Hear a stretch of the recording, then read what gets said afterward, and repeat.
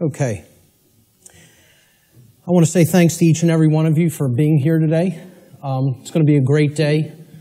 I'm going to go through what I consider to be the very heart of my material. And people ask me a lot. They say, you put out a lot of material on your website. What is the main thing? If you had to tell me the main thing that I should check out if I check out nothing else that's up there, what would it be? And I always tell them the same thing. It's the material on natural law. If nothing else, that's the material that you need to understand deeply. So that's what we're going to be covering here today in an extended presentation format. I want to go through a few things before we actually get started. So I call this section Before We Begin. And the word begin is actually important here because that's really what this presentation is actually about. It's initiation. This is an initiation into really, really deep, esoteric material that has been hidden from humanity for millennia. So I just want to ask people before we get started, how many of you are new or relatively new to my work? By a show of hands, please. That's excellent. This is great. That is great news. I am so glad to hear that. Okay? What I actually didn't want is to come here and talk to a bunch of people who are already totally familiar with my work and have already heard it. So this is great. Okay? How many of you here today feel that the human condition and life on earth for humanity right now is tolerable just the way that it is? By a show of hands. That's also pretty good, because if that was the case, I was going to say, there's nothing for you here today. There's the door. Okay? So that's good, that we're all hungry for change. One of the big complaints I hear about my work, when I check in on forums or something, or read some YouTube comments, many people will say, there's nothing new here. I've heard this before somewhere else. This person covers this. I've read this in this book. Well, ladies and gentlemen, I have news for you. There is nothing new here. I am not going to present anything new.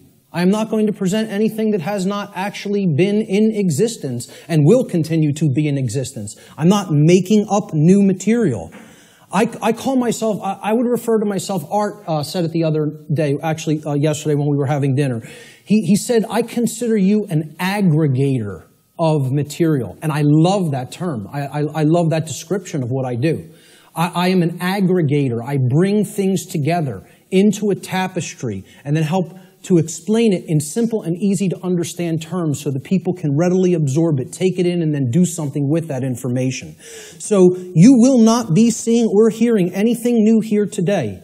Okay? As the old saying goes in all of the old mystery traditions, there is nothing new under the sun. And what that phrase actually means, many people don't know what that phrase means. It means that the truth, it is singular and eternal. Truth has always been here among us, and it will always be here. It is our perception that must be aligned with it. So there's nothing new you're going to hear today. Okay? These are eternal truths that have always been here among us. Another aspect I want to cover before we get started is about my presentation style. This is another thing that I get a lot of complaints about, and it's something that I have no intention of changing. Okay? My presentation style has been described by some as extremely intense and at times even combative. This is a word many people will use to describe my presentation style. Some of you here today are very likely to be angered by some of the things you may hear me say during the duration of this seminar. And I say, so be it. That's okay. If you get angry, that's okay. The fact of the matter is that truth itself, by its very nature, is belligerent. And I'll actually be putting up a quote to that nature later on in the presentation. The reason truth is belligerent is because it actually is at war. It's at war with the lie. It's at war with deception. It's at war with mind control. So truth can be belligerent. Many people don't want to hear it when they first encounter it. So I tell people all the time, I don't do this. I don't present this information, okay, to be liked. I don't do this to make friends, okay? I'm not interested in making a whole bunch of new friends. If it happens, that's great. okay? But that's not the reason I do what I do. I don't do this to be popular. I don't do this to make money. It's not a popularity contest. Telling people many things that they don't want to hear is not going to make you popular, or it's not going to make you a whole lot of new friends, okay? So those aren't the reasons I do what I do. To be honest, and I tell people this, and sometimes they get upset by just hearing this, I don't even really want to do this, okay? I don't want to do this with my life. I don't want to do this with my time, okay? As I already know, understand, and live the information I'm going to present. So I get this. I know this. Okay? I don't need to keep going over this over and over and over again for my own entertainment. Okay? The reason that I actually do this is because I recognize that in a time of such overwhelming ignorance of this critical information, this information which is capable of saving humanity from its current condition, all right? The fact that I do already understand this information places me in a position of moral obligation and responsibility. That's why I do what I do. I'm in a position of moral obligation to speak this information to other people in an effort to help to get them to understand it and live it as well. And that is the reason I do this. Every person here today who wishes to take real world value, practical value from this seminar here today, I'm going to ask them to make a deliberate and conscious effort to do two things. The first is try to set aside, to the extent that you are capable of doing so, your perceptions of me as the presenter, okay? And this includes things like how you think I look, how you think I dress, the sound of my voice, my mannerisms, etc. Try to set those things aside to the extent that you're able to do it. And I know that's difficult for some. And I say this because paying attention to such trivialities will detract your own mental focus away from the information that is being presented today.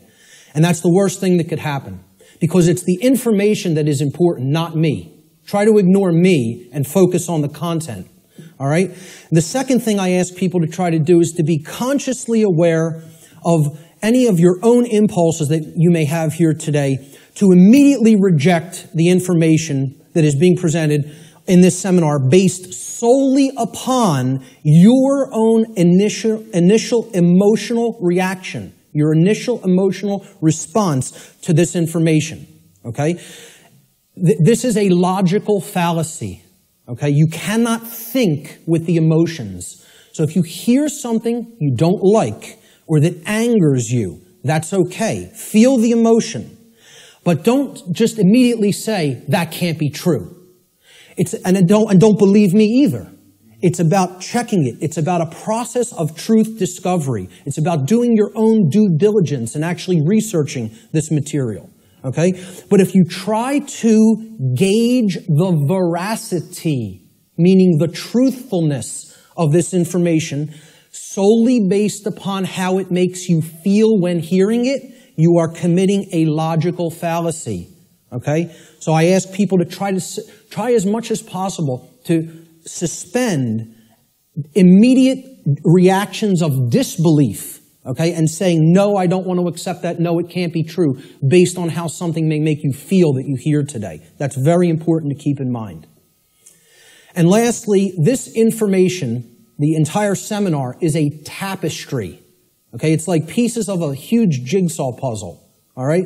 It is meant to be seen and taken as a whole in its entirety. Now, I know I'm asking a lot here, too, because it's going to be a long day, okay? And my goal here, my work here, is to keep your interest and your attention and your focus throughout the entire course of this seminar. And that's a challenging thing to do. But what I'm asking people is, you have to try to see it as a whole. Because if you took the time to be here, and you gave a monetary donation to be here, I'm highly recommending that you stay for the whole duration of the seminar.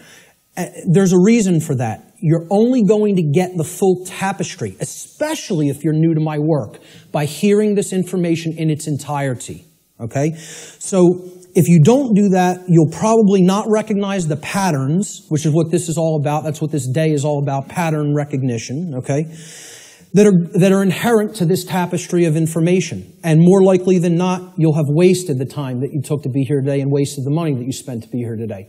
So I don't want anybody to waste their time and their money and their attention, and I don't think you do either. So that's why I'm asking people, stay for the whole thing. You'll get the maximum value out of this seminar if you stay for its duration. So with that having been said, let's jump into the material. This presentation is called Natural Law, the Real Law of Attraction, and How to Apply It in Your Life. And I emphasize that term, real law of attraction. Many people will be familiar with the New Age variants of the so-called law or laws of attraction. And this is going to differ quite widely from what people have heard in the New Age community and in the New Age movement regarding what the law or laws of attraction are. These are the real laws of attraction you're going to be hearing today and hopefully understanding today. So let's start in. The first section is about teachability, the teachability of the student, okay? How does a student place themselves in the best position to learn? An individual's teachability, or their ability to learn by way of being taught by someone else, is extremely dependent upon the open-mindedness or closed-mindedness of the individual being taught. Low teachability derives from arrogance and rigid skepticism. But it also derives, low teachability also derives from naivete and gullibility. High teachability, on the other hand, derives from a balance between healthy skepticism and an open-minded willingness to learn and change. So we don't want rigidly skeptical people, okay, that don't have an open mind at all. And we don't want naive and gullible people that will accept everything they're told. We want to strike a balance between these two modes. This is called a teachability bell curve, okay? And down here is the mental state of the student, whether they are, and it goes from arrogance, cynicism, skeptical nature, a teacher, a student, and then up to being trusting, then being gullible, and then being outright naive. Okay, so that's the whole spectrum of teachability. The best position to learn is up here at the top of the bell curve. This means you will learn the most if you are here. And that means you're in the balance between teacher and student. It means that you're somewhat skeptical and you're also somewhat trusting. It means that you're able to hold a proposition in your mind without accepting it or rejecting it immediately. It means you will consider the information with an open mind, okay, somewhat trustingly, but also somewhat skeptically. All right? That's going to be the mental state we want to attempt to keep during the duration of this seminar, and therefore you will be in the best position to learn. Of course, as we already said, the poorest positions to learn, the things that, if you're in these mind states in arrogance and rigid skepticism and naivete and gullibility, you're not going to take very much away from this seminar. Okay? So we want to remain at the top of that bell curve if at all possible. Human beings should consider with great care where their information comes from, the source for the information. And this is because by refusing to present certain information and by influencing people to dismiss, to dissuade them from looking into certain information because they're telling you that it's unimportant or unnecessary to consider, many modern institutions like media, like so-called education institutions, are seeking to actually control human perceptions, or let's call it outright what it really is, to control the mind, okay? And therefore, to limit what human beings may even come to understand, and therefore by limiting what they are coming to understand, they're actually limiting what they're able to do, what they're able to change, what they're able to create in the world, okay? So you have to be skeptical of where your information comes from. And that's why I tell people at the very beginning in my lectures, do not believe me. The worst thing you could do is believe what I'm telling you. You need to look into it for yourself, and most of all, you need to do personal introspection to really feel inside of yourself whether this information resonates with truth. Everybody has that intuitive capacity. That also has to be turned on and engaged and used. All right? If anybody is coming to this seminar from the perspective of modern, organized, institutional bodies, meaning political thought, political agendas, political organizations, religion, religious thought, religious organizations. I'm talking about organized religion here, okay? What I call scientism. Not real science, but scientism. Science as set up by institutional bodies to be rigidly skeptical belief systems that blot out anything that could possibly say anything to the contrary of their pre-existing beliefs. I call that scientism. Okay? And of course, the New Age movement, which you could group that in with religion. It's just it's for those who don't fall into the religious mindset, this is an alternative religion proposed for them, and they call it the New Age movement. And I tell people, please don't think this is going to concur with any of these belief systems, with any of these boxes for consciousness. This presentation is going to shatter these boxes. It stands outside of all of these because these are limiters for perception and thought. They want to place everything in a box, say nothing outside of this box is fit for human consumption, so do not go there. And as a result, they act as a mind control influence. The other and biggest limiter of the human perceptions and the mind, and ultimately of our behavior, is money itself. If you want to talk about the biggest religion, if these other religions aren't big enough and powerful enough for you, there's the one that is the ultimate power in the world, the ultimate religion, the God of this world, if you will. Okay? So what I'm basically saying here is if you're already in a mindset approaching the, let's call it the discovery of reality or the exploration of reality from any of these perspectives, you will be sorely disappointed here today by what you're going to hear. Because the information here falls well outside of any of these institutional limiters for consciousness. Okay? The requirements for creating change and the role of knowledge. Let's talk about these concepts for a moment. Human beings everywhere say that they want certain things in their life. And they say that they want certain things to be present for all humanity. Okay? We say we want certain conditions to be present for ourselves and our species as a whole. And we say we want things such as happiness, health, peace, prosperity, freedom, etc.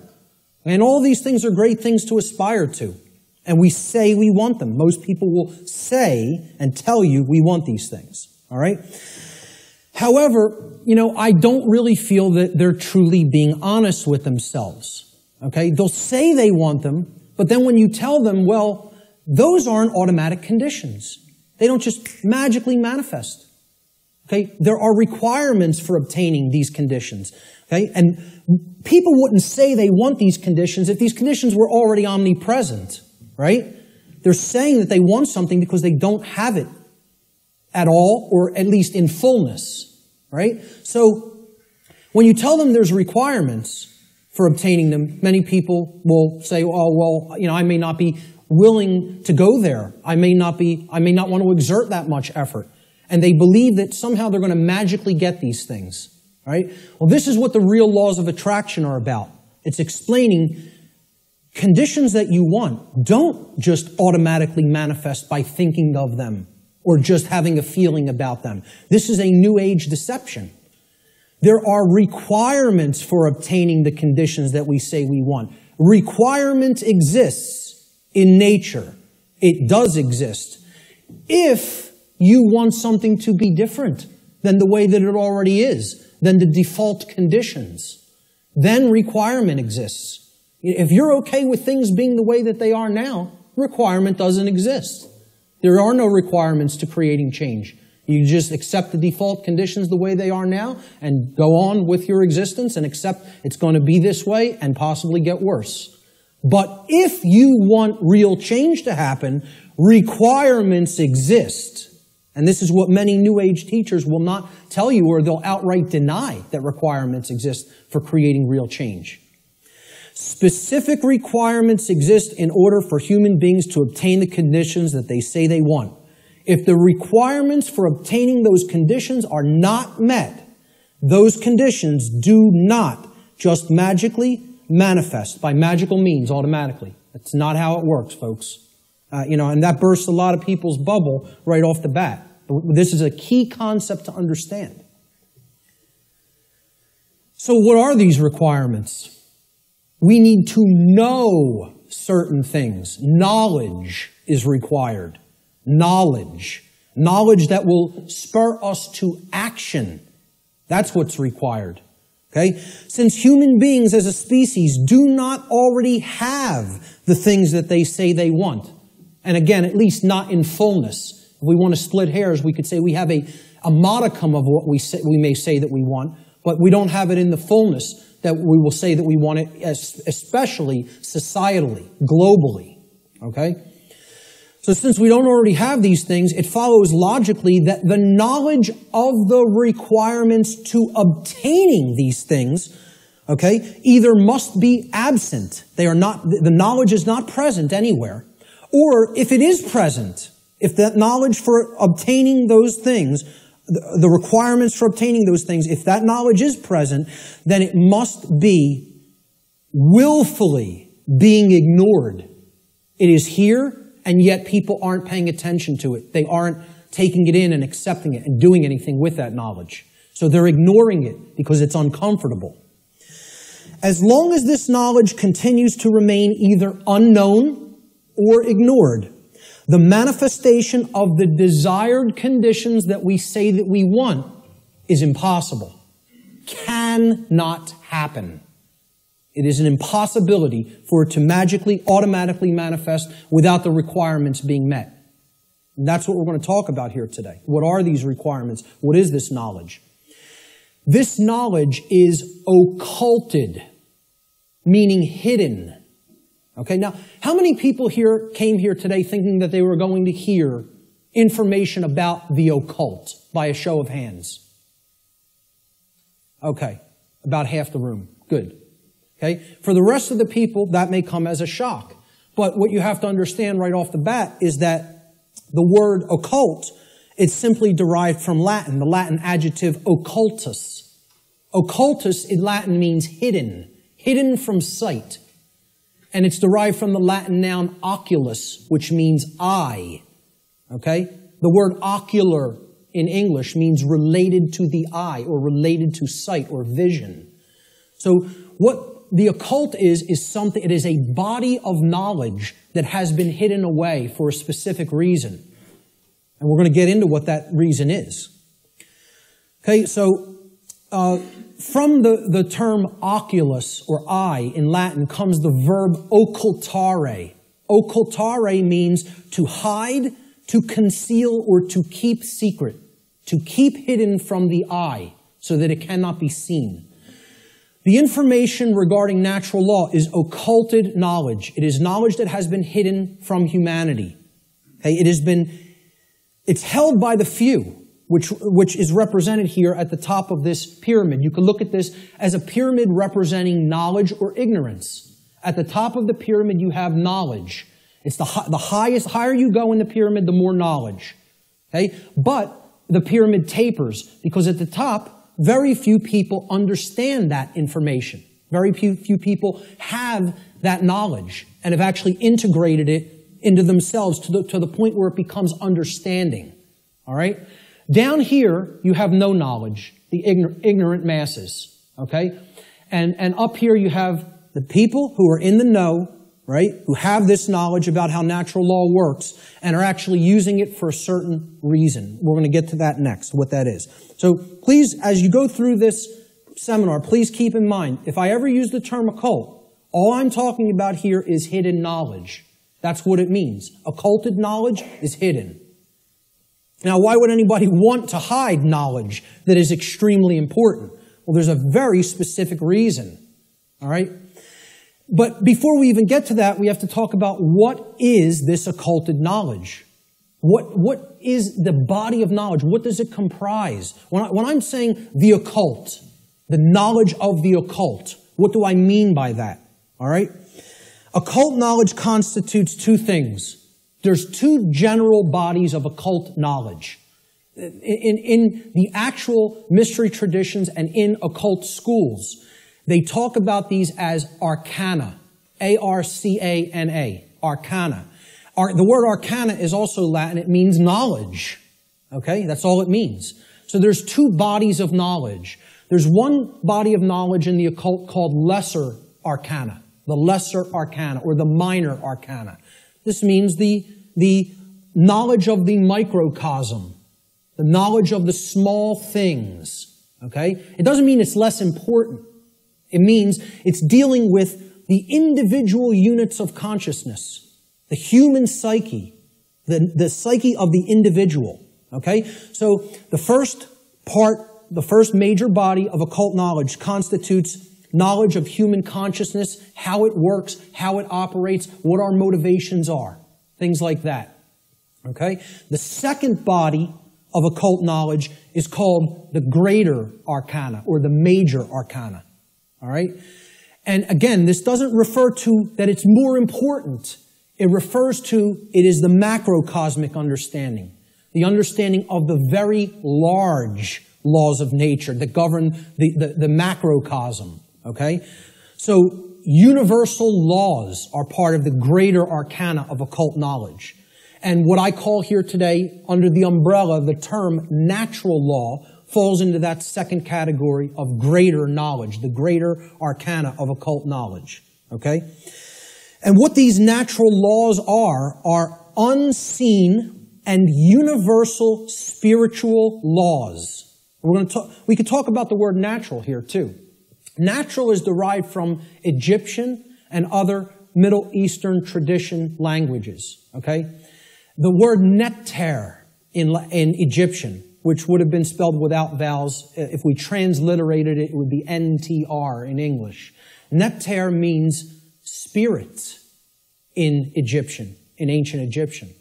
The suffix al, even in English today, but if you go back into Arabic languages and ancient Middle Eastern languages, al as a suffix actually means of or related to, or having come from.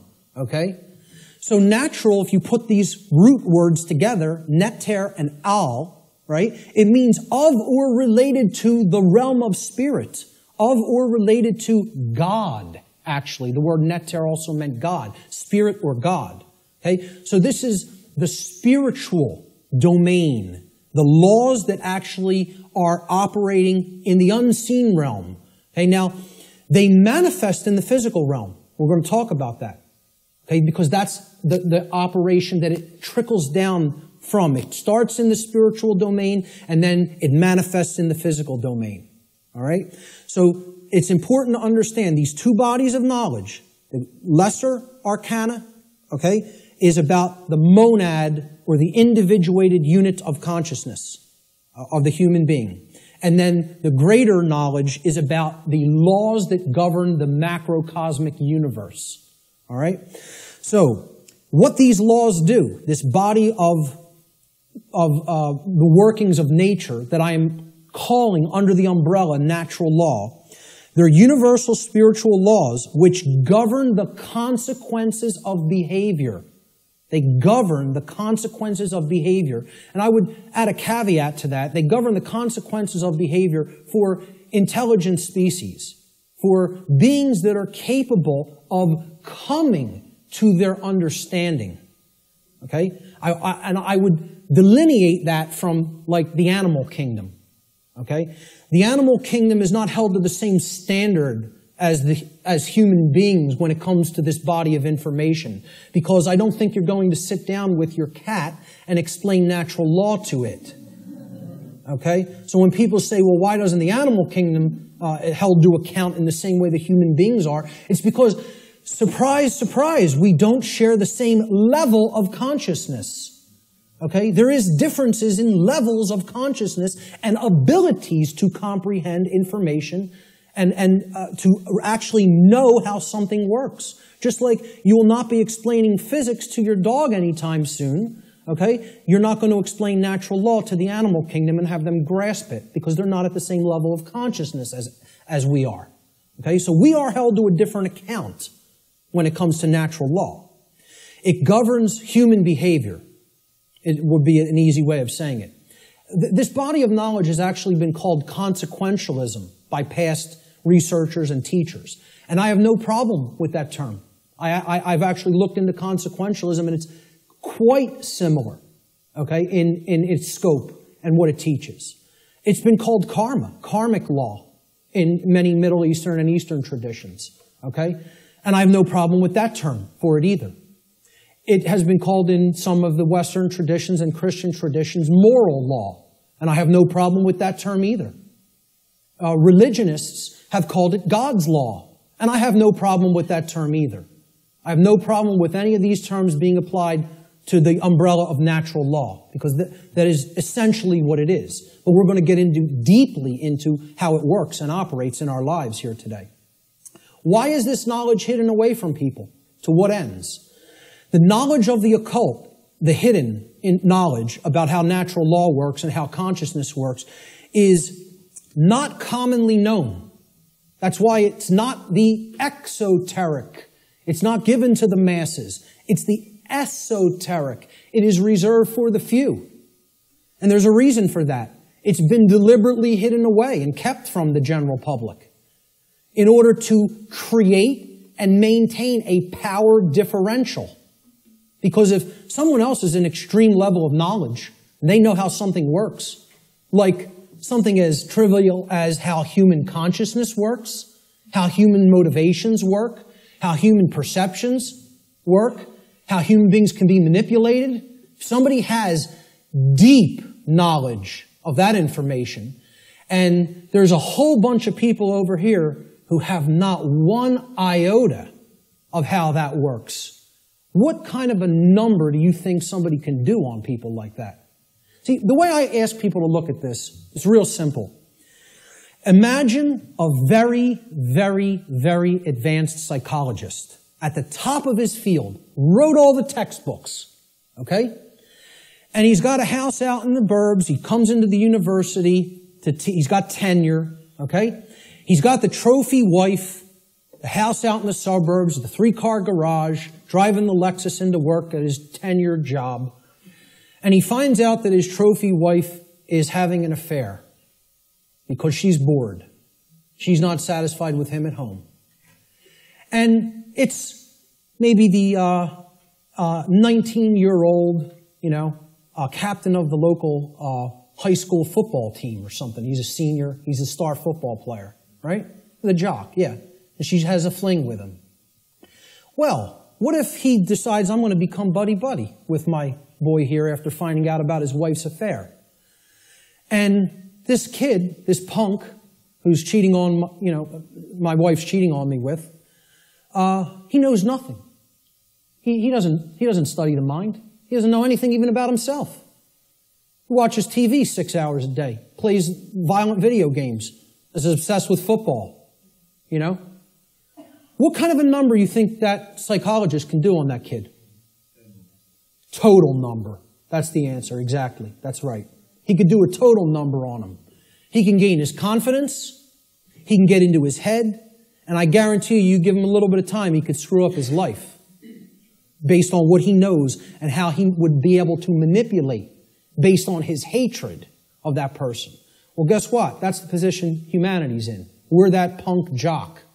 And I'm not saying we necessarily did something to deserve it, but we're in that same position where the people with this knowledge at the highest levels, they hate us.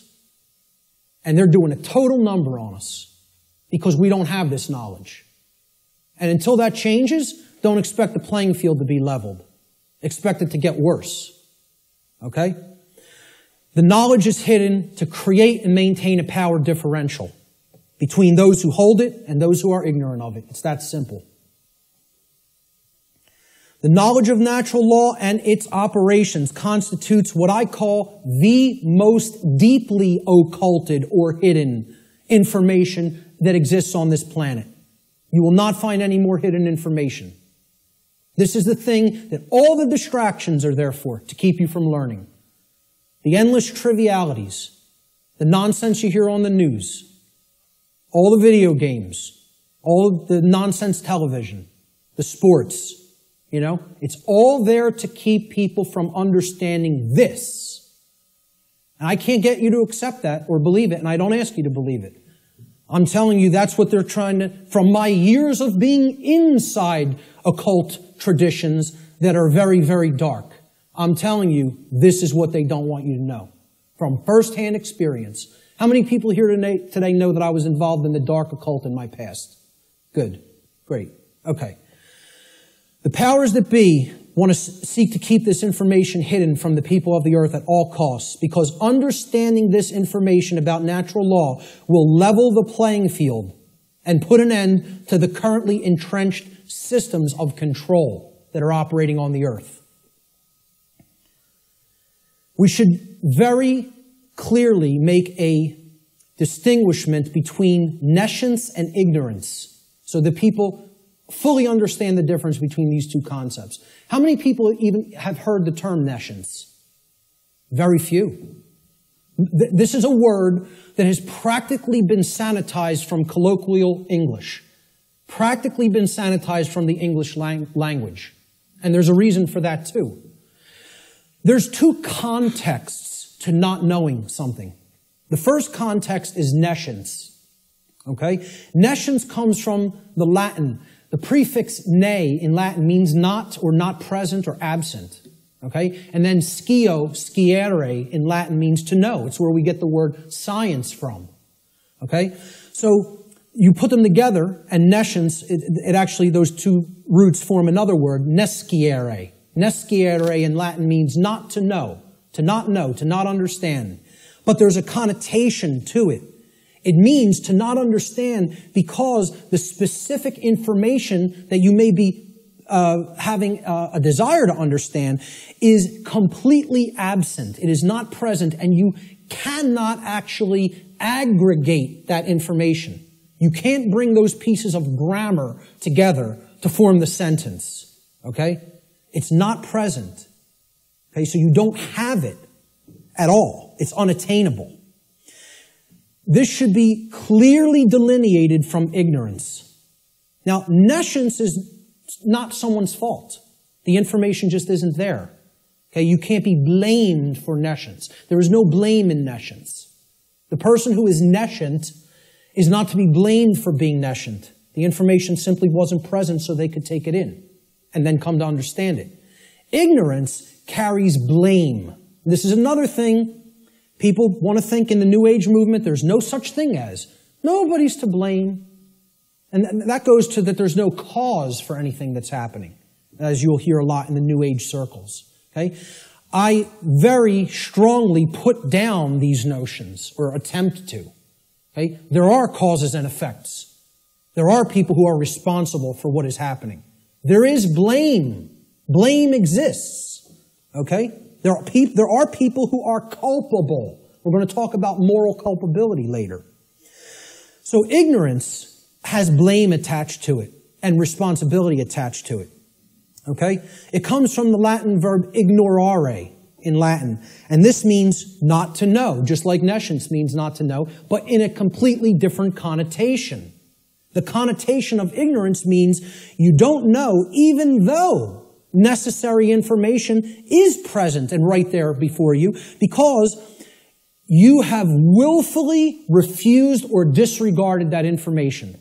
Whether you've refused it because it made you feel uncomfortable, or whether you disregarded it because you felt that's not important for me to know. I don't need to know that. Or you feel you already understand something that contradicts with what's, the new thing that you're hearing or seeing. Okay? So, when you willfully disregard something, okay? If I wanted to willfully disregard the gentleman sitting in the front row, he's present. I could just pretend he's not here and ignore him. That's what ignoring is. This is why I try to say to people, the impact of the word is almost lost to us, of the word ignorance, because of the way it's pronounced. I tell people, start pronouncing it ignorance. Ignorance. Then people will hear the word ignore in it, and the connotation becomes clear. It means you're ignoring it. Ignorance. Okay? That's how I like to say it now. Because the connotation is clear that way. The information is there, the truth is there, and somebody wants to ignore it completely. Now, that is inexcusable, and there is blame that is attached with that. So what I ask people all the time is, do we have a nescient society, or do we have an ignorant one? Do we have an ignorant one? Is our society ensconced in nescience, or is it ensconced in ignorance? I would argue absolutely that we are ensconced in ignorance in society, not nescience. I think we are drowning in information. I think we are drowning in the truth that is all around us. But people are ignoring it, largely. Not everyone. There's many people who are very hungry for it and taking it in as fast as they can, you know? But I think the majority of human beings are in the state of ignorance, even though the truth is present all around us. And that constitutes what Art talked about earlier, this consensus trance, which people in the so-called truth community or truth movement have likened to sleep. They say that they are asleep. I liken it to hypnosis. If you look at the origins of the word hypnosis, right, it means suppressed knowledge. It comes from Greek. Hypo means under, as in hypodermic, under the skin. And gnosis means knowledge, the suppression of knowledge. Hypo means suppression also, under and suppression.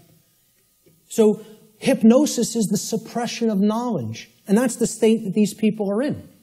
And it's done by themselves. It's not, see, we have to stop looking at this as a victim relationship. This is a willful choice.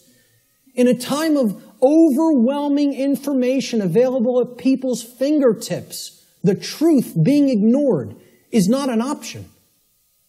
It's a willful decision that people are making. And it's a decision that they should be held accountable to because of what is going on, that they are ignoring, what they are allowing to go on in their name and not saying a thing about it. Content to let evil run amok. All right? And then people will wonder, why are we losing freedom? Why is freedom on the wane? Why is totalitarianism and tyranny rising up? Why do we see so much control and obsession with control in our society? You know, they'll see that. Many of them will see the rising police state. They'll see the injustices in our society. They'll see the restrictions on our inherent natural liberty. Okay? But here's the thing. Many of them will not make the transition to grasping. You know? They'll say, yeah, this is what's happening to the earth. It's being turned into a huge prison everywhere. And at the most rapid pace right here in America. Okay? And they'll see this lock going onto the cage. But the question that they never get to, they don't even get to the question, let alone the answer, is why. They'll talk about the symptoms. They'll describe the prison. They'll describe every corner of the cage accurately in many cases. They can tell you exactly how it's working. They can tell you all the different aspects of the control system. But they can't tell you why it's actually going into place. Why is that happening? Well, that's what this presentation answers. Why are we losing freedom? And it gets to the actual heart of that answer. So what this presentation constitutes is a master key that unlocks all the locks to all the doors on all the cages in the prison, if it is accepted. And once again, I don't tell you that belief is required for that. Because truth is always present. It's always here. It's a matter of will we perceive it as being present, acknowledge it's present by stop ignoring it, okay, and then accept it into ourselves, and then do something with it. Understanding is not the end. Taking in the knowledge and understanding it is the beginning. Action is required. See, knowledge is required. Understanding is required, but then action is finally required. Above all, if change is to be created. And that's how the laws of attraction really work. So, will people as a whole, as a society, accept that master key? I can't answer that question. All I could do is try to place it into their hands. After I have taken that key and unlocked my personal prison, my personal cages, and freed my mind, all I can do is try to help people to see, here's how this key works. Here it is. Here's the information that constitutes that key. And here's how you put it to work in your life. That's all I can do. Can't make anybody take it. Let's look at what problem solving entails, because that's really critical to understand if we're going to get past this stage and where we're at in our stifled evolutionary development as a species. There's a few main steps to solving problems, any problem. Doesn't matter what the nature of the problem is. The first is you have to recognize that the problem exists. Recognize that there is a problem to begin with. And I think by asking the question, is everybody content with the way things are, and nobody raised their hand, I think that's great because it at least acknowledges to me that people here today recognize we have a problem. And that's healthy, that's good. Okay? Many people out there don't believe we have a problem. You know, they like this place. They like the world the way that it is. You know, which is unfathomable to me, because to me it's a living hell. And that's not because of how my own personal life is going. I'm very content with my own personal life. I have no self-inflicted suffering in my personal life. I don't create problems for myself. My life goes on very well according to how I live it without hurting anybody else. The problem is other people. And that's another thing the New Agers won't acknowledge, and they'll flip out if you say that there's a problem with someone else. There are problems with other people, okay? And people will say people in glass houses shouldn't throw stones. My glass house has been taken down long since, long time ago, because I went through all that personal introspective work. And I dug deep into my subconscious and faced those problems and confronted them head on and healed them. And came out of the mindset that I was once in. Okay? So, you know, people will say, if there's something you don't like, you're seeing in other people, that's something in yourself that you're seeing in them. This is New Age mumbo-jumbo nonsense, okay? If you're not part of the problem, I'm not part of this problem. I can say that honestly. I'm not part of this problem. I can look at every single person, anybody who's watching this, and say, I'm not part of the problem that's happening on the earth. With all honesty and knowing that I am telling the truth with that. Okay? But see, at one point, I was part of the problem. And a big part of the problem. Okay? What I had to do at some point is stop doing this and pointing out and saying the problem lies elsewhere while I was still part of it. And then I had to do this and point squarely at myself and say, what do I need to change here, here, and finally here in the guts, in the courage? You know, people will say, yeah, change happens in the mind, it happens in the heart. But lastly, it happens in the guts.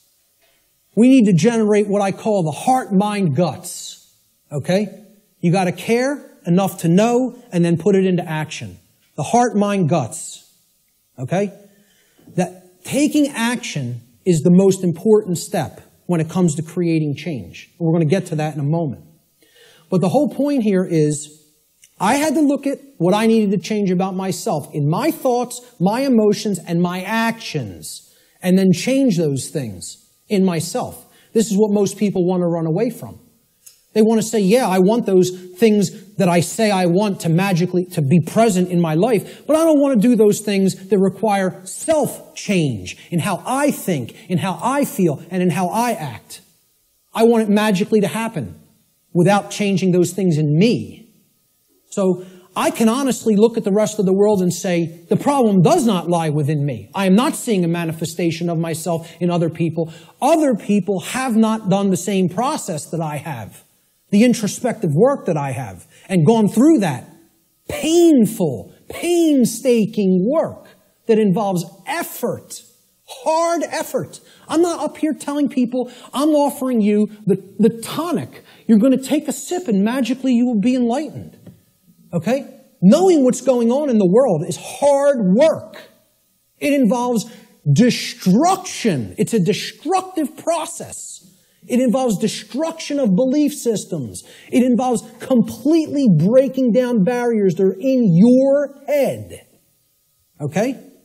Hardly anybody wants to do that work. People want to run 1,000,000 miles an hour in the opposite direction from that work. Anything but that. I'll take the grave instead of that. Okay? That's where most people's heads are at. All right? So let's get back to the steps here for problem solving. The first is you got to recognize that there's a problem. If you are in denial, good luck. Let me know how that works out for you. Because you're not solving any problem in a state of denial at all. Fear-based denial of the problem must first be dealt with and conquered and stamped out. And you have to acknowledge how bad it is. You know? People feel symptoms coming on of a disease or something and they want to ignore it because they don't want to believe I'm sick. I don't want to believe I'm sick. I don't want to believe I have a problem. Then you're waiting. You don't get it diagnosed, and then it turns into a much bigger problem, which is where we're at as a society for ignoring this information. This is what denial looks like, symbolically. Okay? A person with their head in the sand like an ostrich. And please take note, ladies and gentlemen, when you're in this position, when you're in the position of denial with your head in the sand, you're on your knees with your ass in the air. Okay? I almost say it's amazingly synchronistic that the human body was designed like that. That in order to put your head in the sand, symbolically, so to speak, you have to be on your knees. Okay? And that's where most of our society is at. They're on their knees. And in that state of denial. The second step to problem solving is to recognize that the symptoms that are being displayed, the symptoms you are seeing, are merely effects of underlying causal factors. You can't treat symptoms and solve a problem. It's not possible. That's not how problem solving works. You have to get to what caused the problem. Okay? Instead of simply treating symptoms, make an accurate diagnosis of the causes of the problem. So what does the word diagnosis mean? Diagnosis comes from Greek. The preposition dia, transliterated there in the parentheses, you see it in Greek script. Okay? It means through or by way of. So by a method, by a particular method. All right? And the second part of diagnosis is the Greek noun gnosis. Gnosis means knowledge in Greek. So what a diagnosis means is through knowledge or by way of knowledge. You're going to solve the problem by way of knowledge. There is knowledge that acts as the requirement to solving the problem and getting what you want. And here's another thing, and I'm going to keep going back to this. It's going to be like an undercurrent in this. Because the New Age community, and I'm going to become a more outspoken opponent of New Age ideologies. Because they are lying to people. Whether it be through direct, willful deception, or whether it be through useful dupes and useful idiots. They are telling people things that are completely inaccurate to how things really work. All right? Because they want to keep people suppressed and non-active. They want people in acceptance mode of everything. Accept, never rebel. Okay? Don't take action. Just observe. Just watch. You'll hear all of these things in the New Age movement. Okay? The reason I bring it up is because when you even say the word knowledge to some New Agers, they almost take offense. Because what the New Age is becoming is the new modern day variant. It's a new form of what's known as solipsism. And we're going to get to what solipsism is in a little while. Okay?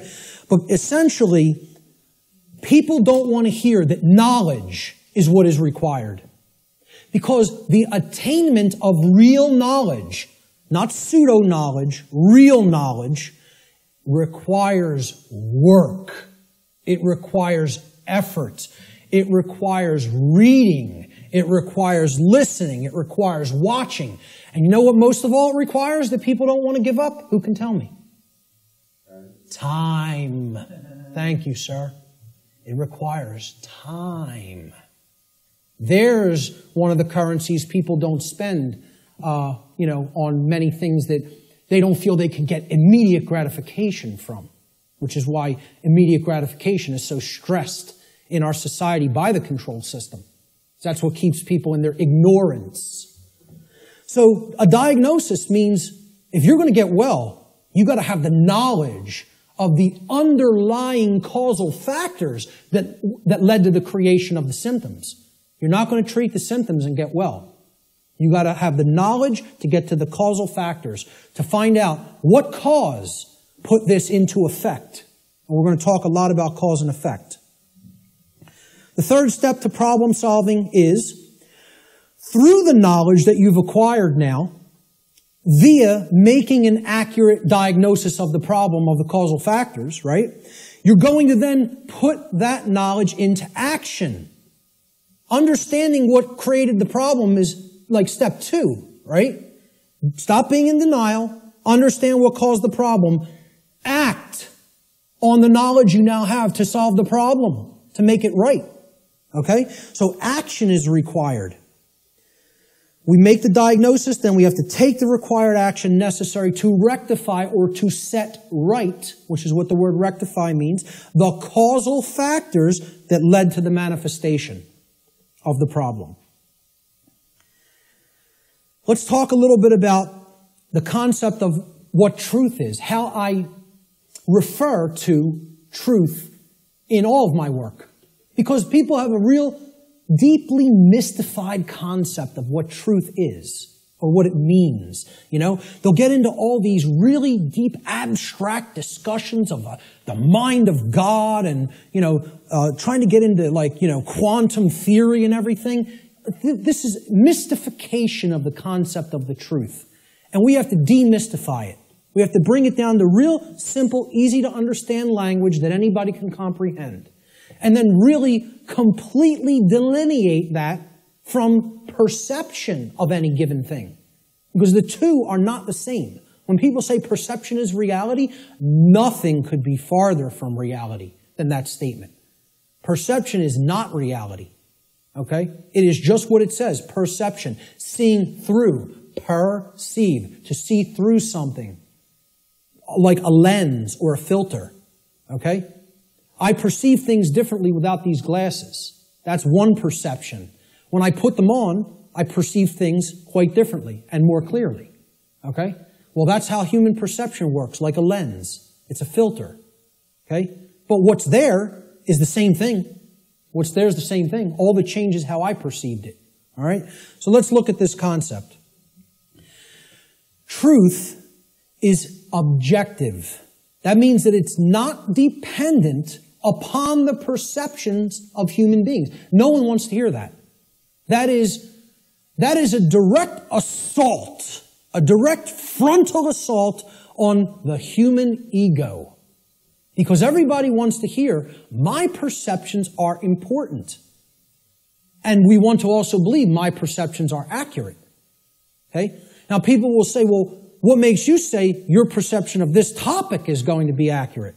That's because I went through the process of having to admit over and over and over and over and over again, endlessly, how wrong I was about my former perceptions. I went through that destructive process of breaking down my former belief systems, of breaking down my former emotional patterns, of most of all, changing my behavior. That's the thing that's the most destructive because we get attached to our behaviors and patterns. So asking people to change, I recognize it's not easy. It took me like probably about 8 years of my life to do it. Most people don't want to spend a minute on creating personal change, let alone 8 years. And, you know, when I look at myself, in all honesty, again, none of this is to sound egoic or to toot my own horn, but I look at it like I was a mild case of ego entrapment, a mild case compared to where I see other people at. I feel like I was the, very brittle stone that just needed to be hit with a chisel a few times and it broke into powder. You know, other people are hardened granite or diamond. You know, to break them down is going to take enormous effort and work. And most of them don't even want to do it. They're so calcified, you know. They've been so compressed into that hardened state that they don't even want to start. So I realize telling people your perceptions are not what really matters, you know. The truth isn't based upon how you perceive things, that it's independent from your perceptions. Most people don't want to hear that. They don't want to hear that. Human beings' perceptions are capable of wavering. They can waver slightly from the truth, and they can waver wildly from the truth. All right? What truth is that which does not waver. It doesn't move. It's that which is. It doesn't matter what anybody thinks about it. It doesn't matter whether anybody believes it. It doesn't matter whether anybody knows it. It doesn't matter whether anybody sees it. It doesn't matter whether anybody wants to see it. It's there. It's always been there. It's always going to be there. Nothing anybody does can change what has happened. Can anybody change what has already occurred in what we call, in the thinking of linear time, the past? Not one person here is capable of doing that. Let me tell you something. Not one being in the entire manifested universe is capable of doing that. Because that which has already occurred is set in the record of the universe. Nothing can change the past. Ever. Great movie on this. Watch the new movie, The Time Machine. Not the original 50s version or 60s version. The new one. I think it came out in late 90s or early 2000s. Okay? This movie got crushed in reviews. Crushed. Whenever reviewers crush a movie and give it the worst ratings, go see that film. Because I guarantee you there's very important allegorical concepts that you need to understand embedded in that film, and that's why the reviewers crush it, because they don't want you getting any ideas, you know? This movie got crushed in the theaters, and I'm telling you, it's one of the best films to understand the concept of the absolute impossibility of changing the past. The past cannot be altered. You know what can be altered? The future. That's what that movie's about. And you know where the alteration of the future begins? In the present moment. That's exactly right. That's the only place it begins. Okay? So what truth is, the demystified concept of truth, is it's simply that which already exists. It's that which has happened in the past and is happening in the present moment. The truth does not exist in the future. When we get to those future moments and it's the present, truth will be existent then. But not until. Okay? So there is no such thing as truth in the future. Truth is that which has occurred in the past and that which is occurring in the present. It is simply that which is and that which has been. Please recognize when I use the word truth, that is all I'm talking about. I'm not talking about the mind of God. I'm not talking about the entire reason for the existence of the universe. I'm talking about the events that have taken place in the past and are taking place in the present. That's all. And guess what? That's all the truth is. It doesn't need to be any more complicated than that. Okay? You want to make it more complicated than that, call it something other than truth so as not to confuse people to what truth really is. Truth versus human perception. Okay? Now, I want to ask people to imagine, see these white lines? Imagine these white lines that do not waver as truth. And imagine that the perception that is set against the truth, we're going to take three different individuals. This is individual A, this is individual B, this is individual C. Okay?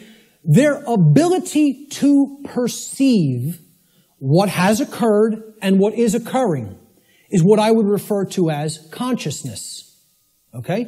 Consciousness is a being's ability to recognize patterns and meaning with respect to those patterns. Meaning you have an accurate understanding of what's taking place within and around you, or you have an inaccurate understanding of what's taking place in and around you. If your consciousness is high, meaning it's at a high frequency, okay, that means you're going to have more of an ability to understand and recognize the patterns. If your consciousness is low, you're at a low frequency, you're going to see the pattern less. You're not going to accurately perceive. So I liken this to a waveform. In simple, physics, a wave, this is a simple sine wave, okay? It has its crest here and its trough here, okay? And then the pattern repeats, goes up to the crest, down to the trough, and it repeats over again. The distance between the either crests or troughs of the wave is called the wavelength. Okay? The longer the wavelength, the shorter the frequency. What that means is how frequently is it going to be intercepting the line that represents truth? How frequently is it going to be aligned with this line, which we are calling truth? Okay? Now, can everybody just, with that explanation, understand this simple model and what I'm talking about here? Is that clear? Okay, because it's important. Because this is a low frequency vibration. It's a low frequency wave. A wave like this, if it was an audio wave, would produce a low frequency, would produce a low bass tone. Okay? As we go up to a higher frequency, you can see the wavelength is shorter, meaning that it intercepts the line which represents truth much more frequently. We can count them. 1, 2, 3, 4, 5 here. 1, 2, 3, 4, 5, 6, 7, 8, 9 there. Okay? So this is a higher frequency vibration. And we go up to an even higher frequency. Let's say person C has this consciousness. They have a higher frequency. Okay? And they're intercepting the line that represents truth, much more frequency. I won't count those out because there's a lot of them, okay? The higher the frequency, the more in tune with truth we are. What would happen if this frequency became infinitely high? What would it become? It would be indistinguishable from a line. And therefore, someone would be aligned to that which is. The higher the level of consciousness or frequency, which is their perception of reality being accurate, okay? Not wavering as much from the truth, because it's hitting it in more places. We would basically, this wave would turn into a line at some point, the higher the frequency went. Think about this in sound, right? You hear a low bass tone, it's like, then it goes up, and it would go eventually outside the range of human hearing, because the frequency went so high. Same concept here. The higher the frequency, the higher the perception of reality, the quality of the perception is going to be. Okay? The concept to keep in mind here is perception is not reality. It's the filter we see reality through. What the human being's work is to do is to align their perception to the reality which exists, which is truth. We need to set aside what we want the truth to be and look at what it is. What it is altogether different than what we want it to be. But until we recognize what it is, we're not even in a position to make an accurate diagnosis of what's going on and therefore create what we want it to be. So I'm going to give the first quote here. It comes from a gentleman I personally greatly respect. How many people are familiar with Travis Walton, by a show of hands? Hardly anybody in the room. Wow, 2 people. Amazing. And I know Barb is in the back because we've met him personally. I spoke with this gentleman at a conference last year in 2012. And I just want to say, I just think he's a totally genuine individual. I don't care what anybody thinks of me saying that. Okay? I believe him. Do I know factually that what he claims happened to him did? No, I do not. But I believe what he is saying for a reason. when I am around somebody, especially for any length of time, I think my intuition is good that I can get a feel for their heart. Okay? And when he's telling you stuff, it's very consistent. And in his book, he asks people, you need to listen to my whole story, suspend your disbelief for a minute, and then do your research, and then make a judgment call. Do you want to believe me? Do you think I'm telling you the truth? Do you think I'm lying to you? And then make up your own mind. Okay? And who Travis Walton is, he claims that he was an abductee, that he was taken on board an extraterrestrial craft at a point in his life. He disappeared for days. They were out looking for him, and his best friends were accused of murdering him. And he shows up 5 days later in like deplorable conditions, out on a country road someplace. But anyway, again, I spoke with him back in 2012. I just bumped into him again. We were just at a conference. I'm bringing this up for a reason. We were just at a conference in Philadelphia where he spoke. And this quote, I feel I would start, if I was going to quote somebody, I was going to make this like the first quote in the presentation today. Travis Walton says in his book, which is called Fire in the Sky, he said, I have come to realize that the biggest problem anywhere in the world, the biggest problem anywhere in the world is that people's perceptions of reality are compulsively filtered through the screening mesh of what they want and do not want to be true. Now, when I read that in his book, I got chills up and down my spine. Because I said, this meshes exactly with what I'm talking about in my section, in my presentation called Truth versus Perception. And he's encapsulating it in a sentence perfectly. All right? We want things to be true. That doesn't make it so. That's not what makes truth the way that it is. What makes truth is the way that it is what behaviors were taken and what is the actual effect in the manifested world. That's how things are. Okay? It doesn't matter how we want them to be. They may be a completely different way right now than we want them to be. And I would say for the people in this room, they are a completely different way than we want them to be. But most people in the world think, they kind of believe that they're the arbiter of truth. And that's a bad place to be in. That's a very, very low level of consciousness. To think that if I don't believe that it's this way, it's not this way. Many people are trapped in that state of mind. Okay? Now, the reason I even bring this up and included Travis's quote here is at this conference that we were just at a couple of weeks ago. Okay? I didn't speak at it. I tabled at it. A woman came up to my table and she picked up my New Age Bullshit DVD, which is available here today in the back. And she said, "What's this about?" With a real skeptical look. And I explained, well, it's a 7-hour extended video podcast that has many, many slides, okay? I gave a shortened version of it at the Free Your Mind conference in Philadelphia. And this is the extended version that goes deeply into the deception of the New Age movement and how it is a religion that is designed to suppress the masculine side of the personality, which is the side that actually takes action and creates change. Okay? And that's, of course, pushed by the sacred feminine, which is care and creativity, and compassion. Right? Both need to be present. We're going to talk about that here today. But I said this is about the suppression of that masculine energy. And that's what the New Age movement is about. The suppression of the masculine. Right? So I said what the New Age religion wants to teach people is just accept everything the way it is, no matter how unjust it is, no matter how deplorable the conditions are, no matter how much evil is taking place in our midst. Accept it. That's the New Age religion. And here's what she said. That's exactly how I am. I just accept everything. I don't make any judgments on anything that occurs, no matter what it is, no matter how it's perceived. You want to perceive it as evil? That's your judgment. I said, yes, it is my judgment. You know why? Because it's evil. It really is. There is such a thing. I said, and you're content to let evil run amok and take this whole world because you don't want to act.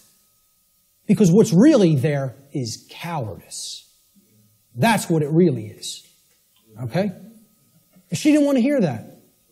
She said, I prefer not to see it that way. Now, align this with the quote. I prefer not to see it that way. Okay? And I hope by some miracle she happens to see this presentation at some point. Okay? And, you know, in hindsight, I didn't say this to her on the spot, but I thought about it for a little bit the next day. And what I should have really said is, no, you prefer not to see, period. That's the truth. Okay? So I prefer not to see it that way means, no, I want to ignore reality. I want to believe what I want to be true is the way that it already is. And this is what the New Age hoax is peddling to people. Okay? So, great quote that I thought accurately sums it all up. See, this woman also told me that she is a follower, quote unquote, of the New Age ideology that is referred to as the Course in Miracles. How many people have even heard of this? A lot of people. Okay? You know what that is? It's called solipsism, wrapped in a nice, neat new package. Solipsism. How many people are familiar with the ideology called solipsism? Good. More than I would have thought. Most people have never heard of this. Okay? Solipsism is a completely egoic and destructive ideology that has absolutely no bearing or resemblance to truth in any way. And the people who are solipsists are mentally ill. I'm not even going to provide any evidence of that. I'm telling you, you need to research this religion and sickness for yourself. It's a mental illness. A solipsist is a mentally ill person who should probably be somehow removed, segregated from society, and institutionalized until they are made well, because they are a destructive influence on society. This is what I focused on podcast number 1 of my podcast series and radio shows. I went into the ideology of what solipsism is, and how destructive it is, and how it's a religion. Okay? What this is, well, first of all, let's look at the word. And you'll notice I'll be breaking down words all day long. Because if you don't understand where words came from, you don't really understand what they really were intended to mean. Regardless of whatever connotation they may have taken on in the modern world, the intended meaning of the word, the original meaning, is derived from its etymological derivation. You need to go into the ancient languages, Latin and Greek roots and other languages, Germanic, Arabic, etc., and you need to break down the words from their etymological origins. Then you will understand their real meaning. And I'm telling you, you do this, and the top of your head will blow off by what you will find. By what words we speak on a daily basis actually mean. And we have no idea what they mean. Okay? So the word solipsism comes from the Latin adjective solus, which means alone or one. And then the Latin pronoun ipse, which means self, myself, etc. Okay? The ideology of solipsism is that nothing exists outside of me. I'm the only being that exists in creation. Or essentially, it's another way of saying I'm God. Okay? That my perception is the only real perception and no one else is here. Now imagine that. Now, what I'm essentially telling the audience here today is your perceptions are not the truth.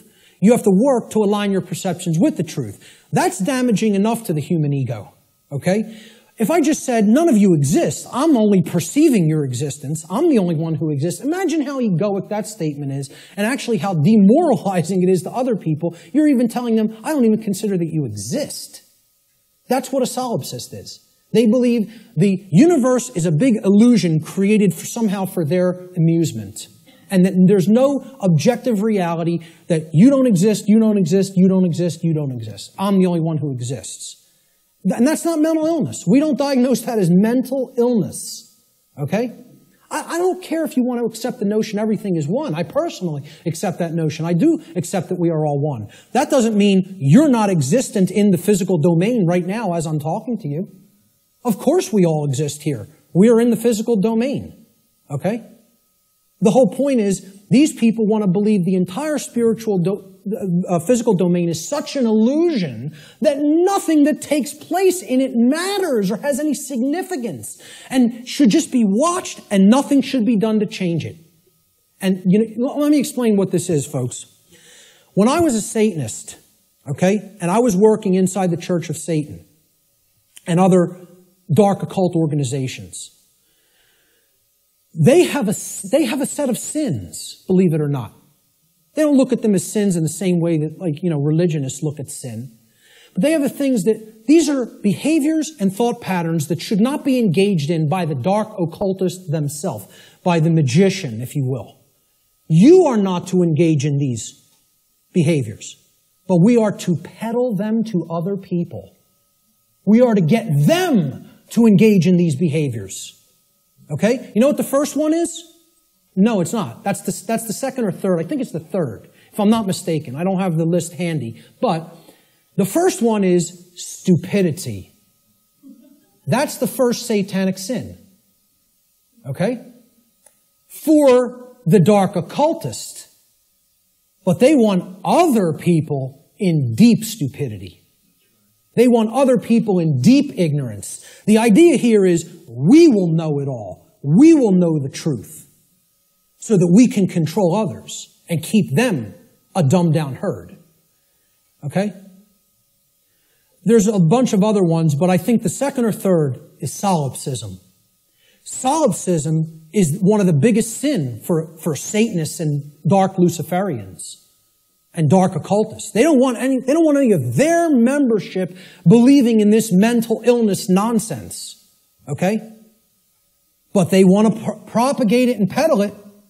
They want to do that.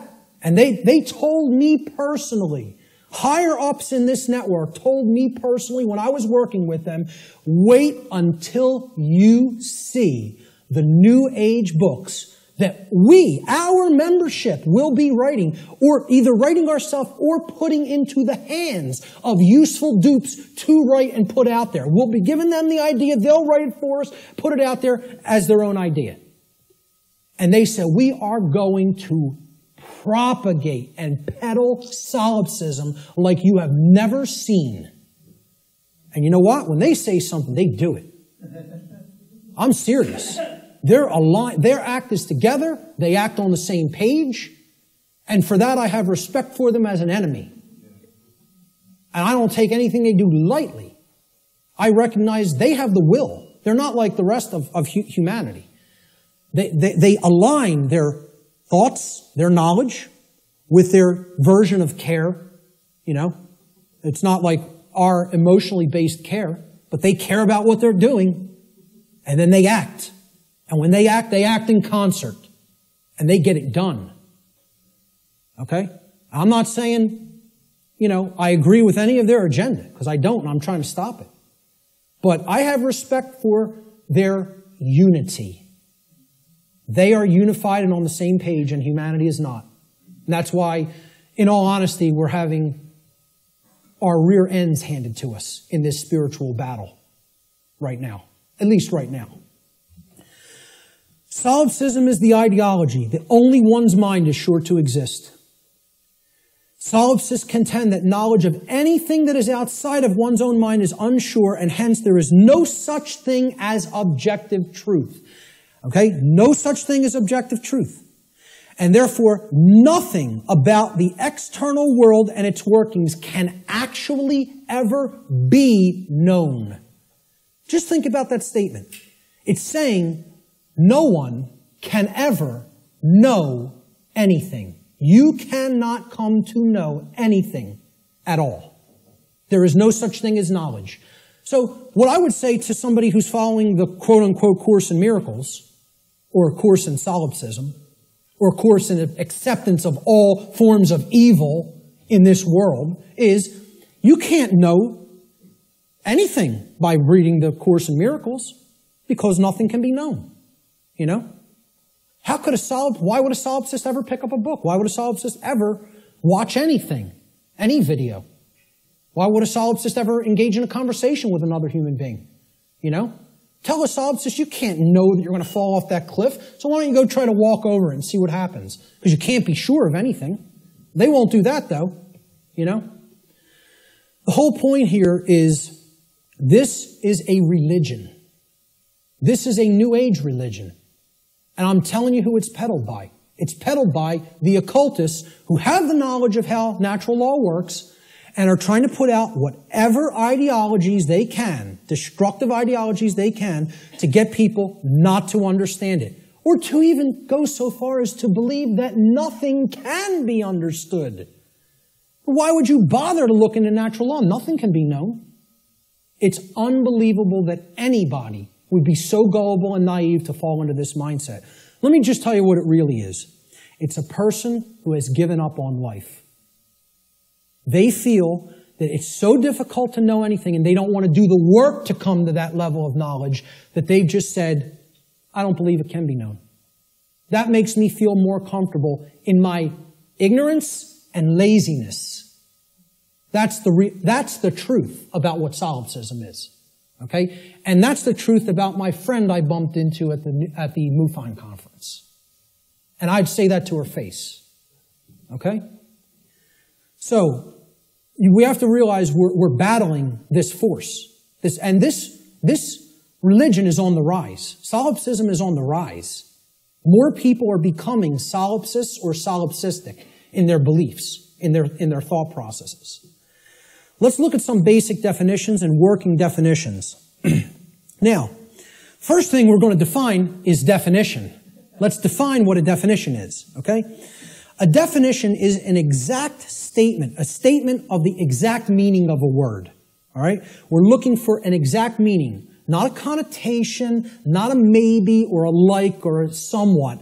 We're looking to narrow the focus. That's why it definites it. It makes it finite.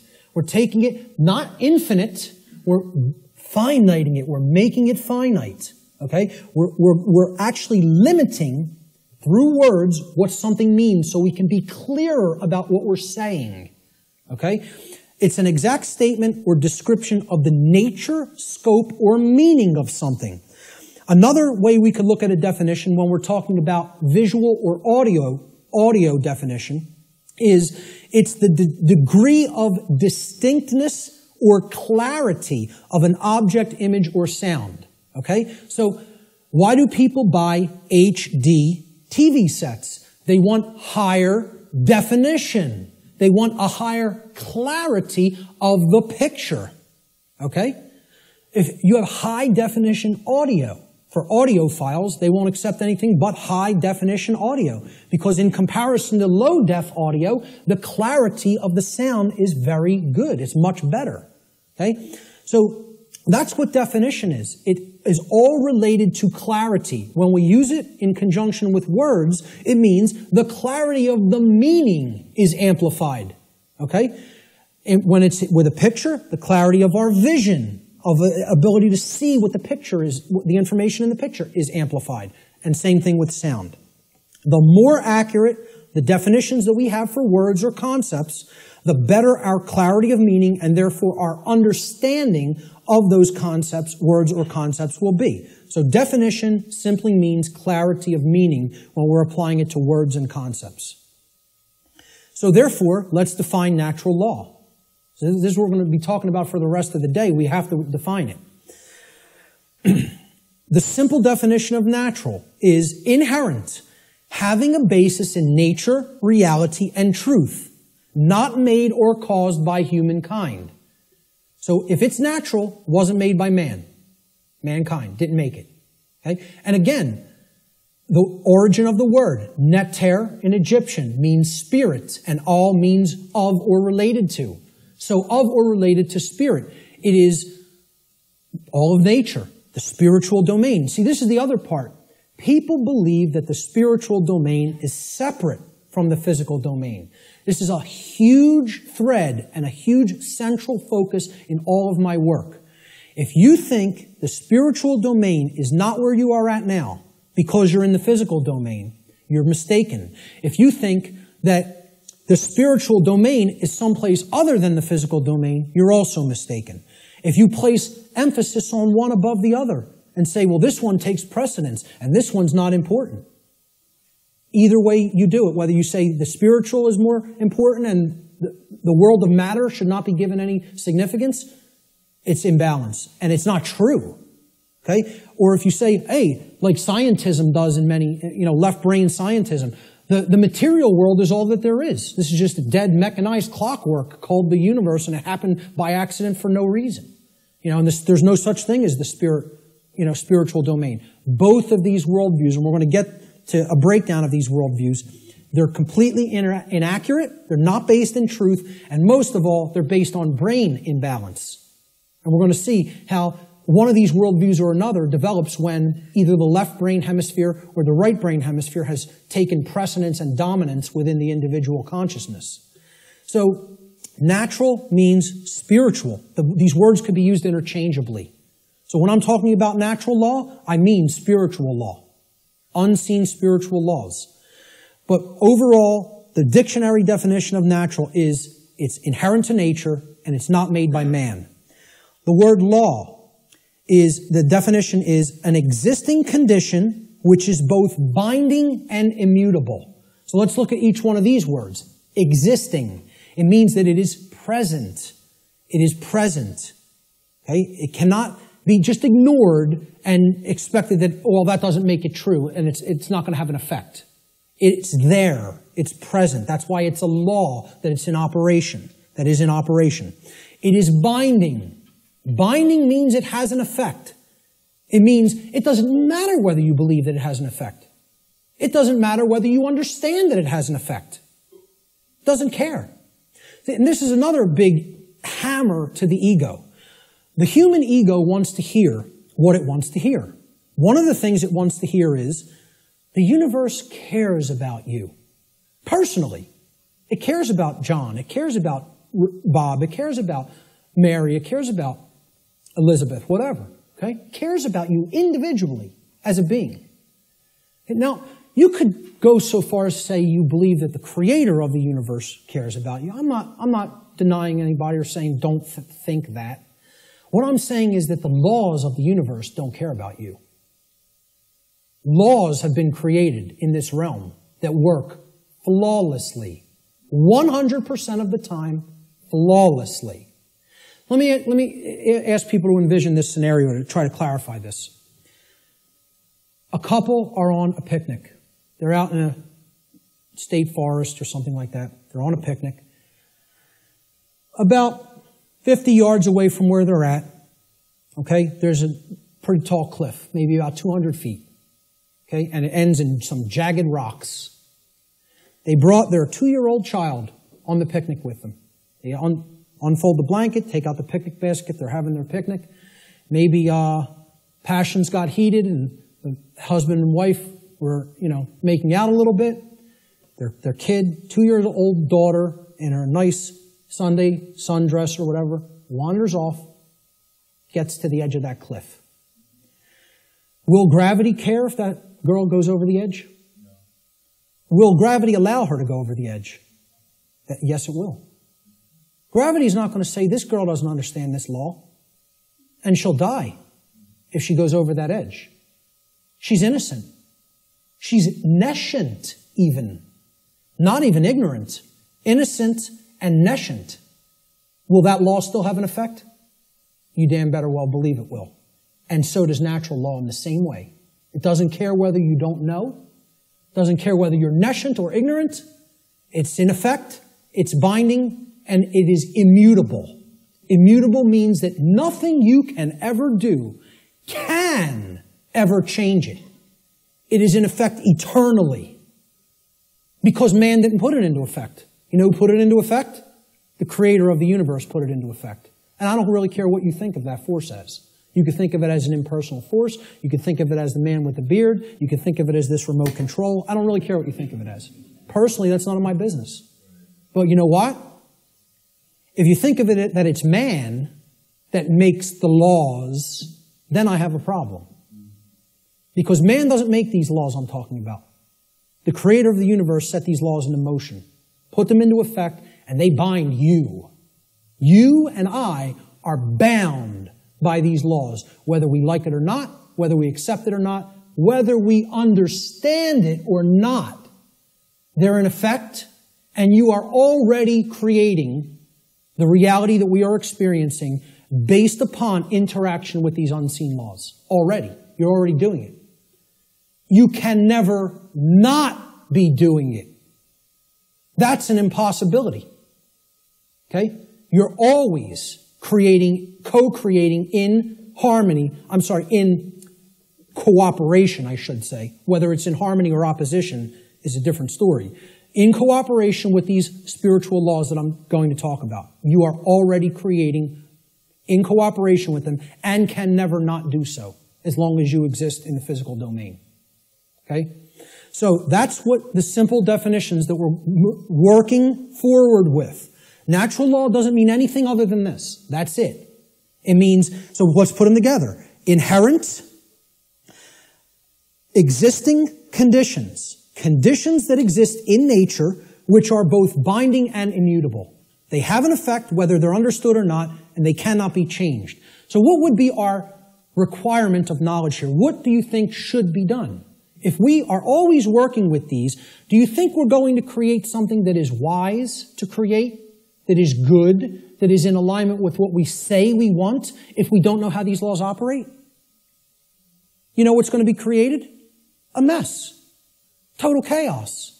Something you don't want. Something that leads to enormous suffering, which is where we're at. If, on the other hand, you have that knowledge of how these things work, then you align your behavior to them, you're going to create a whole new different ballgame. And then you're going to not have self-inflicted suffering. Okay? That's what this is all about. So let's give a working definition. This is what I call the soundbite, right? People say, well, tell me what natural law is, Mark. You have a few days? Maybe a large portion of the day like we're going to cover today. Maybe. Some people will get it. Okay? But really, you need to devote a large amount of time to studying this, understanding it, reading about it, and even experimenting with it. This is not an untestable hypothesis. Okay? And it's not a hypothesis. It's actually a law. But it's not untestable. You can test it. You can apply all the scientific methodologies to natural law. Same thing. Gather your information, observe, hypothesize, observe, test the results, publish the results. That's the scientific methodology. The scientific methodology will be borne out for everything I'm talking about in this presentation if it is applied. Because this is not a religion. This is not some New Age mumbo-jumbo. This is a science. It is a science that constitutes knowledge of how laws that are existent, in operation, and immutable in this universe work. And how we are creating what we experience in conjunction with these operating laws. And man didn't put them into effect. Whatever created this universe put them into effect. I'm not here today to tell you what that is. Your job in your own personal experience is to get in touch with what you feel that is. I'm not here to tell you what that is. Now, I'm not here to tell anybody what that is.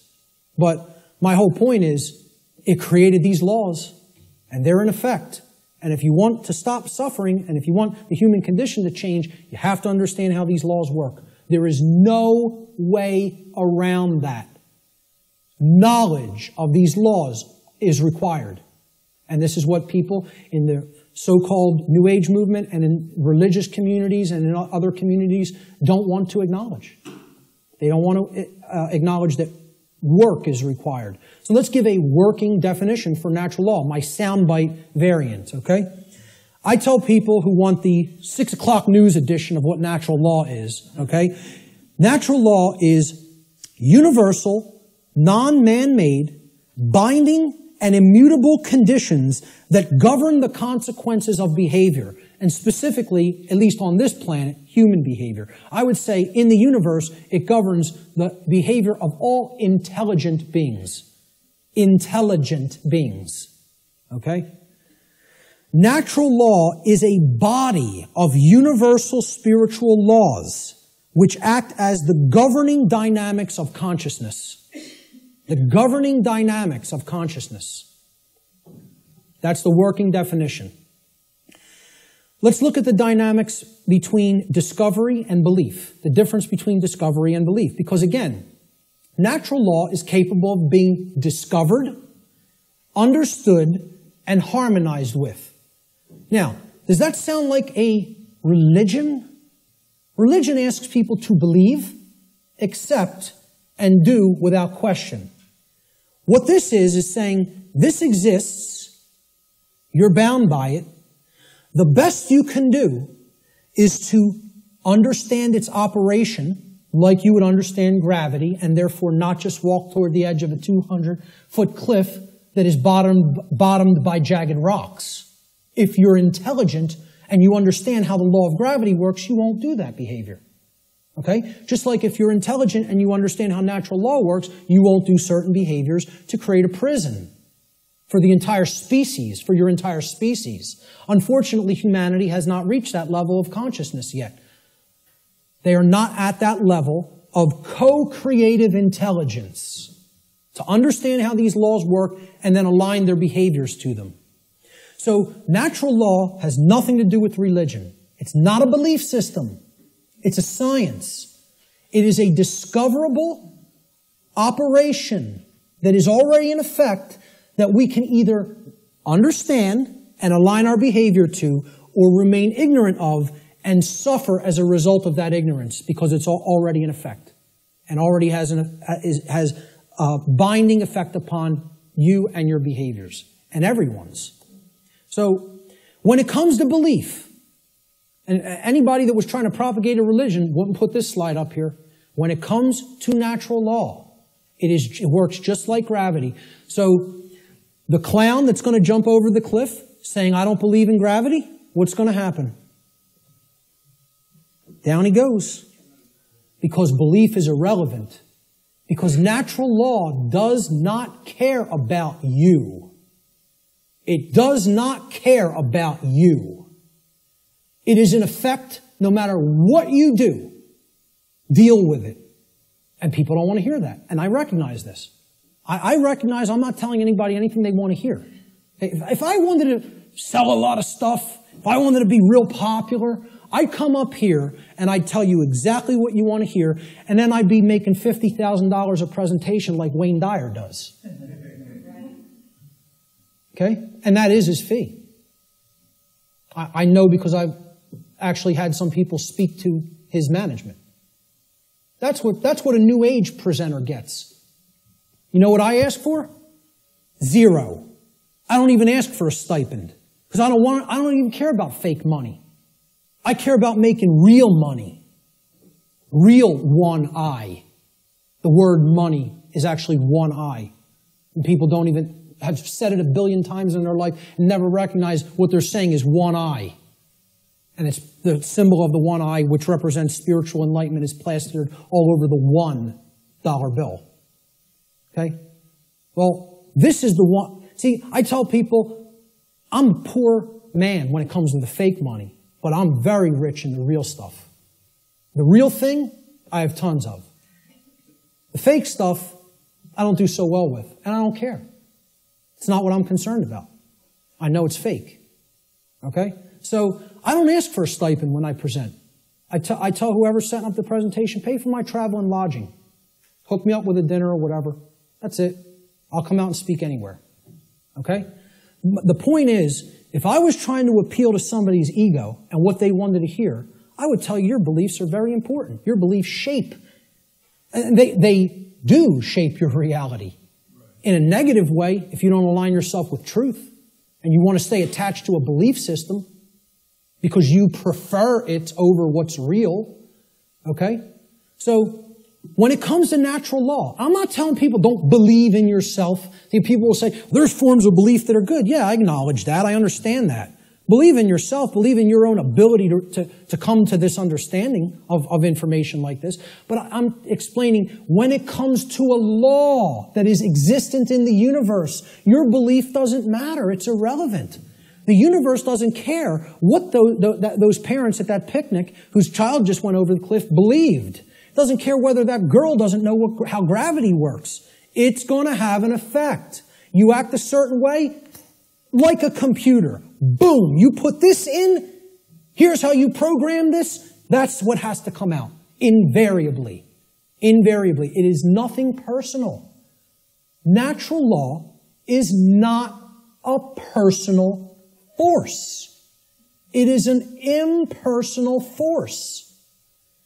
That every single mystery tradition and occult tradition that has actually wanted to share this knowledge with people has been telling people about and attempting to tell people about since time immemorial. It is an impersonal force. It does not care about you. It does not worry or care in the slightest bit whether you understand it or accept it or not. It is in effect, you are bound by it, the end, and stop crying in your milk over it. That's it.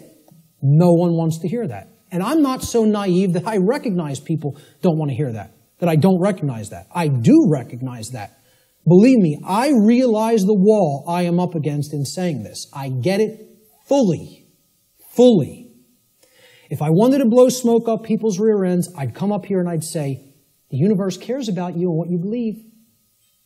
And it's going to gauge that, it's going to look at all that, and it's going to tabulate it, and it's going to say, well, what did he believe when he took this action? It's not going to say that. It's going to say, is this what happened? Yes or no? Yes? Here's the result. That's it. Unwaveringly and invariably. The human ego has a hard time with that.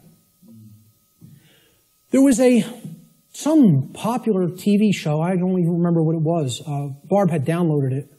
And she was watching an episode, and it said, humanity's greatest fear is that truth is absolute. And I usually don't bother watching any television, okay? I download a couple of shows to watch them because they're allegories, and I want to pick apart the allegory. But I wasn't even watching this one, but I heard it, and my head snapped around. Whoa! That came through a network television show? How'd that happen? Humanity's greatest fear is that the truth is absolute. The ego has a hard time with the concept of any absolutes. It loves relativism. That's another part of the big trap of where we're at. Relativistic ideas, and especially when it comes to morality. We're going to talk about moral relativism. But the concept here is natural law does not require your belief to be in effect, no more than gravity requires your belief to be in effect. Okay? That needs to be understood. Human belief is completely irrelevant when it comes to the existence and operation of natural law, just as it is irrelevant in relation to any of the other laws of nature such as gravity, inertia, momentum, thermodynamics, or electromagnetism. Similar to such other phenomena of nature. The workings of natural law require no belief in order for them to be discovered and known. So what I'm saying is, your belief will not change natural law, but your inquiry into it can lead to an understanding of it.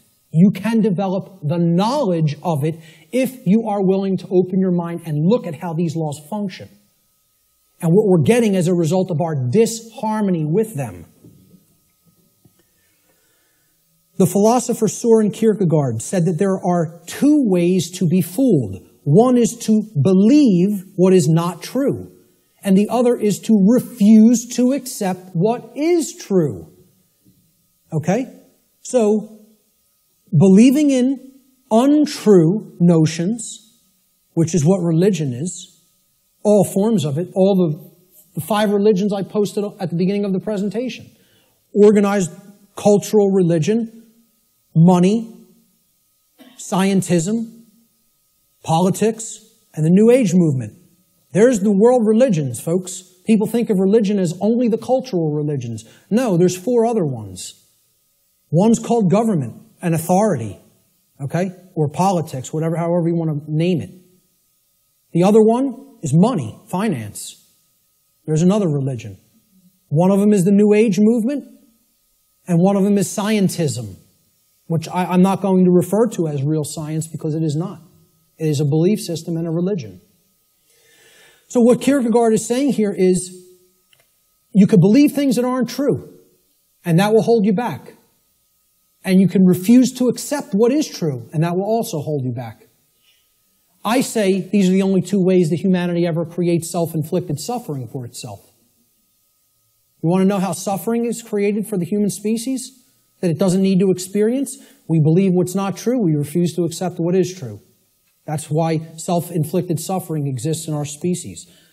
And if we are to become wise, we need to stop doing both of those things, and then we'll stop creating suffering for ourselves. So let's look at consciousness and the human brain. Okay? Because consciousness is an intangible force. Okay? It's something that exists, but you can't really see it. Many people even have a hard time explaining what it is. But there is physiological expressions for consciousness in the physical domain, and the brain is one of them. And of course, people will say, well, don't leave out the heart. Of course, the heart is also very important. Heart has an even bigger electromagnetic field than the brain, and is tied into the physiology in an even more complex way than the brain is. But we need to understand the basic structure of the brain to understand the types of imbalances that go on within it that lead to these debilitating conditions within humanity that continue to create suffering for us. And also, what these belief systems do is they prevent the activation of the heart and the actions, of care and action. Not only do they prevent real knowledge from manifesting within the being, they prevent care, and they create apathy, and they create inaction, laziness, inaction, and cowardice, so that we don't actually act and take action based upon what we've come to know. So let's look at how the brain and consciousness actually work. People will also try to give ridiculously overcomplicated and mystified definitions of what consciousness means. And many people are even scared of the term, okay? We have to demystify these terms and bring them down to real simple English and real simple concepts that the average person can grasp, okay? And stop trying to make it more complicated than it is. Being conscious of something, meaning having consciousness of it, is an ability of the being to recognize patterns. Remember, this is all about pattern recognition. To recognize patterns and meaning with respect to events that are taking place or have taken place, okay, both within oneself, okay, in the inner realm, in the lesser realm, the realm of the individuated consciousness, and in the realm in which the self exists and operates, the macrocosm. So let's break it down, right? Ability of a being to recognize patterns and meaning with respect to events taking place within oneself, the microcosm, and in the macrocosmic world, the world at large. And the events taking place is the truth. So it's our ability to accurately perceive truth of what has happened and what is happening. That's consciousness. That's consciousness. And it's made way overly complicated by people. It's mostly made overly complicated in the New Age movement, again, which I can't stress enough how big of a deception it is. For people, really have to go and check out my work on the New Age deception. Okay? It's on my website. It's in the video section, and it's in the podcast section. And it's a 7-hour presentation. But I'm telling you, it will be as worthwhile for you to check out as this seminar. So, that's what consciousness is. Now, how does consciousness express? There's a difference between what it is and how it expresses in our life. Consciousness expresses. I ask people, just tell me, what are the ways you could ever make yourself known to any other being? How can any other being come to know who you are in this incarnation, in this physical manifestation? How could they possibly come to know you? How could you manifest yourself or make yourself known to them? And there's only 3 ways: thoughts, emotions, and actions. Okay? And I would say speech falls into the line of the combination of thoughts and emotions. And speech is also a form of action. I'm using force to, make the air flow over my vocal cords to make sounds come out so that you can hear what the concepts I'm trying to express. So it is a form of action. And it derives from what we have thought up to this point and the emotions that we have, and we could express it through speech. So thought, emotion, and action. Thought you have to look at as the creative force that is the expression for consciousness within the individual. Okay? So it's a neutral force. You don't look at your thoughts as masculine or feminine, do you? But you do look at them as creative forces. In order for anything to manifest in the physical domain, it had to first exist as a thought. This computer, somebody had to envision all the parts, how it works, how it's put together. Okay? This camera equipment, the clothes you're wearing, the seats, everything that exists had to first exist in the realm of thought. Had to. By law. Then it comes into physical manifestation through action. Your emotions are a polarized component, you could look at it as. It is a feminine aspect of consciousness. Because other people don't feel your emotions. They could perceive or sense them. You're the one who's feeling the emotions in your physiology. It's an internal expression. You feel emotions inwardly, inside in the physiology. Hence, this is a feminine expression for consciousness. It is something that is not externalized and put out. It is something that is felt within. So the emotions in the mind-body-spirit connection are the spirit in which we do something. Okay, so that's the feminine force or the spirit. Of course, thoughts are within our mind, hence that's the mind component of the consciousness. Then there's a marriage between them. Okay, so you could look at thoughts as the creative essence, which then blends with or marries to the feminine. Now, see, we're getting into a notion that is taught in many different religious traditions. It's called the Trinity. And I challenge anybody, go and look in any of the trinities that exist, in any of the religions. You can go back to Babylon. You can go to the Indus Valley traditions. You can go to the Egyptian and Cometian traditions, the Christian traditions. Every single religious tradition that is talked of a Trinity, okay, it is always a Father Creator, a sacred feminine figure, okay, of some kind that the Father then impregnates or inseminates in some form. And then from that offspring is born a male child. Always. Okay? What we're talking about here is the Father being the mind, the creative essence. Then the spirit or the emotions being the sacred feminine essence. Okay? Or the Holy Spirit, the emotions. And then the child, the male child, is behavior. It is the active or masculine principle that actually interacts with the physical world to change it.